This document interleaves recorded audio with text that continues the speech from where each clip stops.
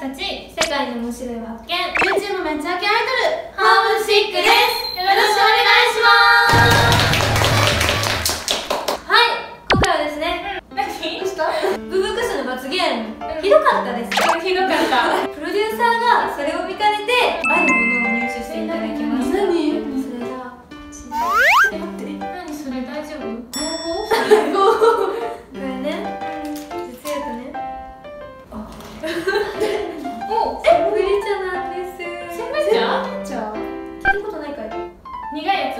苦いやつ、バラエティでよく使われるやつ。あ、とか言ってるやつ。そう、あれ本当なのかな？でね、プロデューサーからメッセージを預かってます。なんて？読みますね。はい。センブリ茶がはい。果たして罰ゲームとして使えるのかどうか飲んでみてほしいです。ただ飲ませるのも申し訳ないからくしゃみ対決を用意いたしました。負けた人飲んでって書いてある。負けた人飲んで飲んで。ということなので、このデラックス花子より何がデラックスなのかちょっと分かんないんですけど、これをやって早くくしゃみが出た人が勝ち。勝ちね。出せばいいんだ。出せばいい。出なかった人が罰ゲームということなんです。それでは配り終わったので、いきたいと思います。レッツラゴー。アイドルなんでちょっと後ろ向きましょう。もうスタートしてる？まだだ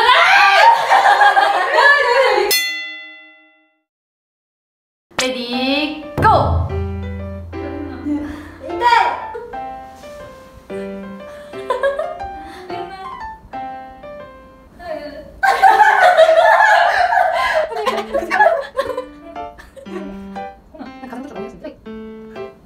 変えてもいいですか？いいよ。いいよいいよ。面白いの全然知らないんだけど。無になればいいんだ。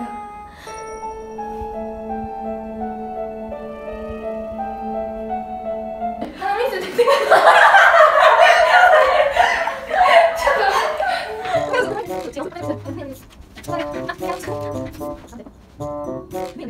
出ない。大丈夫。信じてれば出る。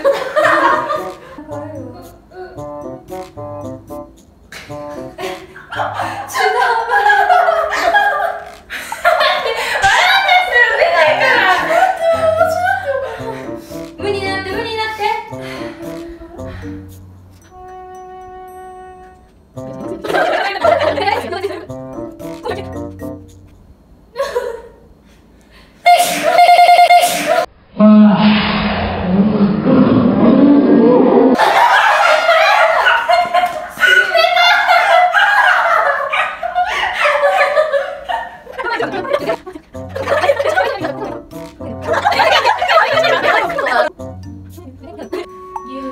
いや、頑張ろうもちょっと。